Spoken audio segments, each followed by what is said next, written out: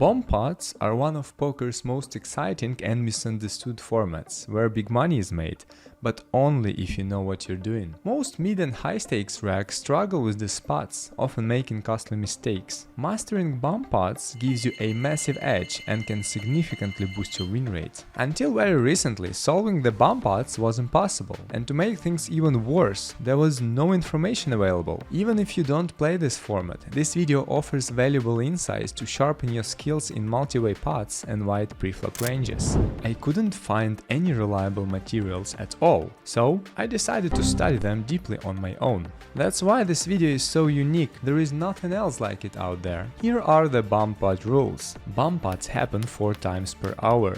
Players pay 5 big blinds each. The button is assigned randomly.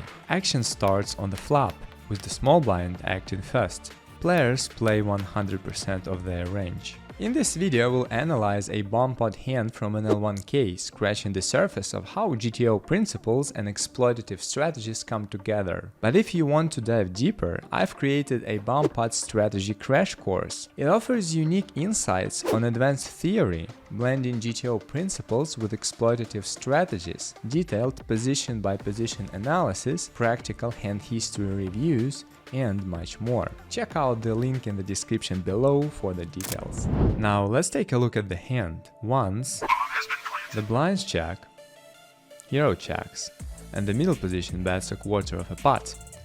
Everyone folds except hero, who check calls with third pair. In bomb pots, every player starts with a 100% range on the flop. This means no one has a range advantage, so betting frequencies are determined by relative positions. The closer a player is to the button, the more frequently he bets, while the small blind is always the most passive, leading out with the tightest range. Why? Because the more players left to act, the more we must protect our checking range with strong hands. For example, the small blind faces 5 uncapped players, who can attack aggressively if his range isn't well protected. On the other hand, if everybody checks, the button bets far more often, about 37%. This isn't just because the button always acts last, but also because the players who checked before him have already capped their ranges. By checking, they are lacking a portion of their strongest hands and draws that would have led out earlier. Let's break down the early position strategy when first to act and search for the heuristics. With sets, I prefer to check all of them because on average people lead flops looser than GTO suggests,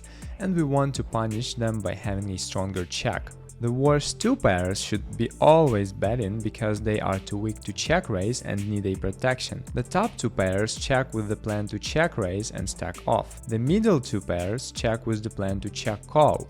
They are not strong enough to stack off and are one of the best candidates to protect our check calling range. Over pairs split 50-50 between bet and check raise. The hands that want to bet the most are the top pairs because they are very vulnerable, yet strong enough to put money into the pot with 5 opponents behind. To simplify, we can bet 25% of those using the randomizer. Second pairs. They work as merge bets here. To simplify, we can bet all second pairs with backdoor flush draw plus backdoor straight draw, and also half of our best second pairs like queen 5 and better, together with the lowest backdoor straight draw like pocket 6s. Third pairs. We can bet all the suited backdoor flush draw plus backdoor straight draw. We also want to bet half of third pairs with top kicker. If the board pairs, we have the best possible trips, and otherwise we're just bluffing with a nice blocker. Notice that we want to check all of our open-enders like 4-3 off. A card that gives us straight is an ace, therefore we want players who could potentially hold ace-x to continue seeing turns and reverse,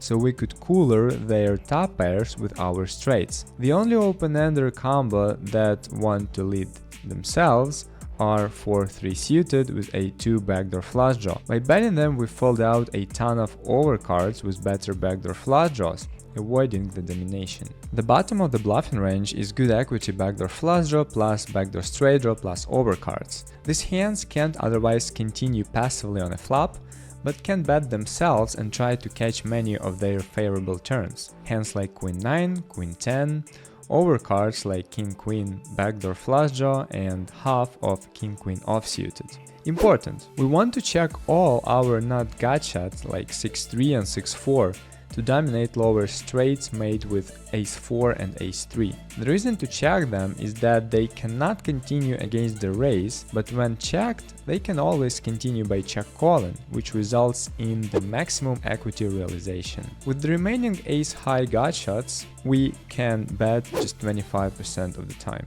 Ace-4 and ace-3 combos. If the early position checks, the middle position strategy is the same. In our hand, the middle position bets and everyone folded to hero. When facing a bet from the middle position, we focus on two key insights: identifying the bottom of our calling range and determining what hands to check raise. To simplify, the bottom of the calling range is two overcards plus best backdoors, hands like king-queen offsuited, ace-queen, ace-king, etc. We also call most of our third pairs, only folding the weakest ones like 3-2, 4-2 and 6-2 without a backdoor flush draw. The check raising frequency is medium and contains some merges. Hands like top pair, fourth kicker and better are check raising unless we let them ourselves, and the remaining top pairs are just check called. The best two sets are slow played as the most invulnerable hands. They also block the most expensive bluff catchers by the villain and don't block his expensive bluffs. Let's simplify our bluff check raising strategy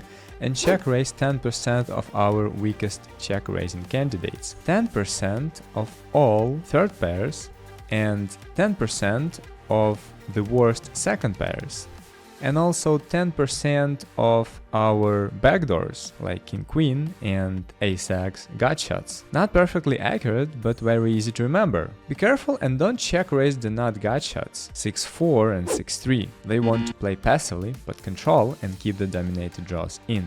As hero check calls the flop, the turn card is a 3 and the action goes check-check. Now the turn card has brought more nut straights to the early positions range and make it stronger, yet it is still not strong enough to create a leading range. Remember, the middle position doesn't have these unique nuts, hands like 6-4, because he was supposed to check them back on a flop always to avoid getting check raised, to realize their equity and to keep all the dominations in the villain's range.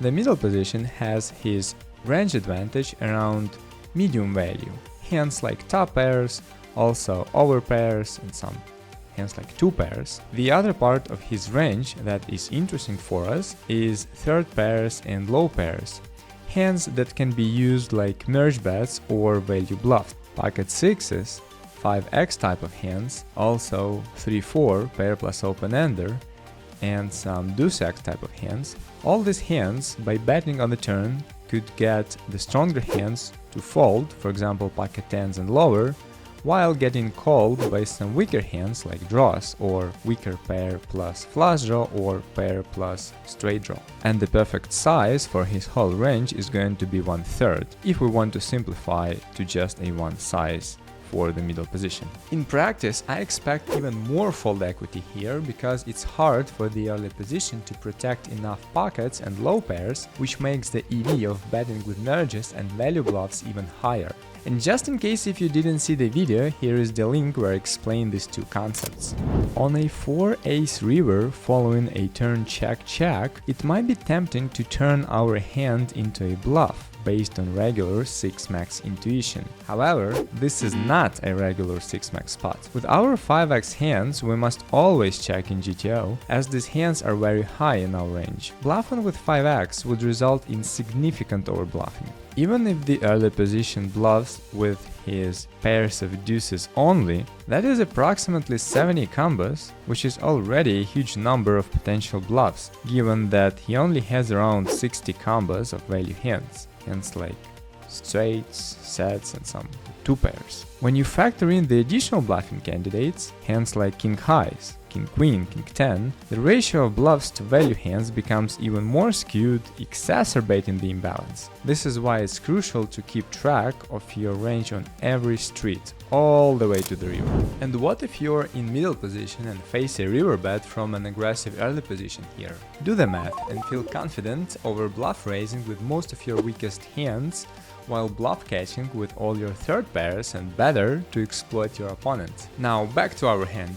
Once the early position checks, The middle position's range on the river is comprised of pairs and better, with a very small exception of no-mate hands, and his range is so strong now that he has to bluff pretty much all of his 5x combos except for the one with the top kicker. King 5 seemed to have enough showdown value, and all the weaker hands should have been bet on the turn. Surprisingly, the middle position checks back with the worst hand and loses the pot. Not a good play. And that's it for today. If you liked the video, don't forget to like, subscribe and leave your comment below. Until next time.